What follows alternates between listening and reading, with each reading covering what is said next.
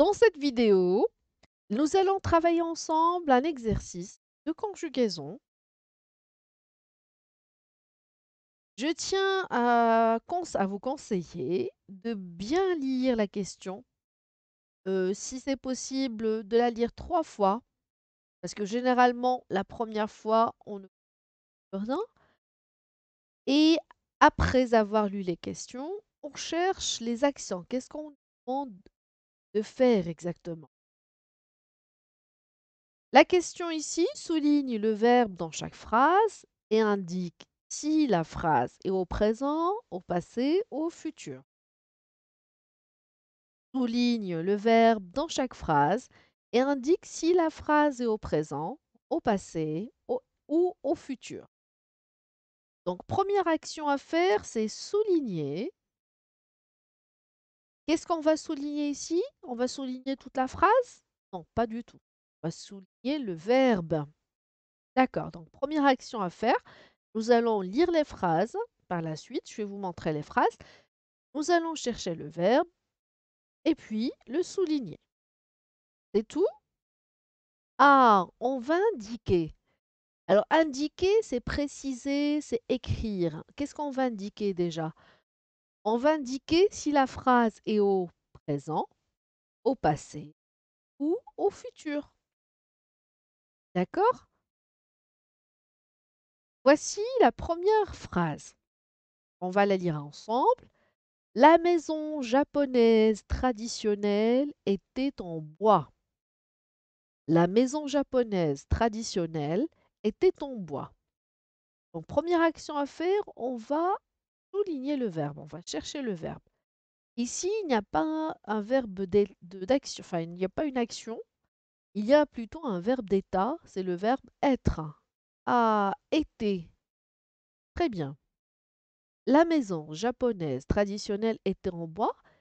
Donc, ce verbe dans cette phrase, ça représente quel temps? Cette phrase, est-ce qu'elle est au présent, au passé, au futur? Très bien, elle est au passé. Phrase suivante. On se déplaçait dans cette maison sans chaussures. On va essayer de trouver le verbe. Ah, se déplacer, c'est un verbe pronominal. On se déplaçait, regardez bien la terminaison AIT. Ça vous rappelle un temps? Très bien, l'imparfait. Très bien. Et l'imparfait, c'est un temps de quel... Enfin, c'est quel temps ça? C'est un temps du présent, du passé, du futur? Bravo. Donc la phrase est à quel temps? Au passé, bien sûr. Très bien. Phrase suivante. Aujourd'hui, la construction en bois cède la place aux immeubles en béton. Ah, il y a déjà un indicateur. Vous l'avez déjà vu. Bon, je vais vous montrer après, mais je pense que vous l'avez déjà vu, un indicateur de temps. On va chercher le verbe cède. D'accord, cède la place, ça veut dire laisse la place. Maintenant, les maisons, il y a maintenant plus d'immeubles en béton que des maisons en bois. Donc cède, c'est le verbe céder. Conjugué à quel temps? Au présent, très bien. Donc cette phrase est à quel temps? Au présent. D'ailleurs, c'est marqué l'indicateur de temps, je vous entends de loin, aujourd'hui. Bravo, aujourd'hui indique le présent. Très bien. La phrase suivante. Les caractéristiques de la vie quotidienne changent. On va chercher le verbe. Ah, c'est change. Très bien. Regardez la terminaison. Ah, c'est au présent. Très très bien. Donc la phrase est à quel temps? Bravo, au présent. Très bien. Et on va finir avec une dernière phrase. Dans quelques années, on ira habiter dans la Lune. Ah, attendez, ici il y a deux verbes.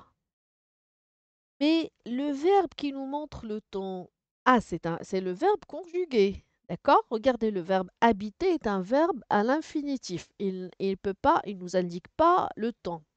D'accord? Par contre, le verbe qu'on va souligner, c'est ira. ira. Et c'est conjugué, c'est quel verbe déjà? C'est le verbe aller. Bravo. Et c'est à quel temps? Au futur. Très bien. Et l'indicateur de temps aussi, dans quelques années, c'est un indicateur du futur. Bravo, bravo, très bien. Prenez soin de vous et à la prochaine séance. Au revoir.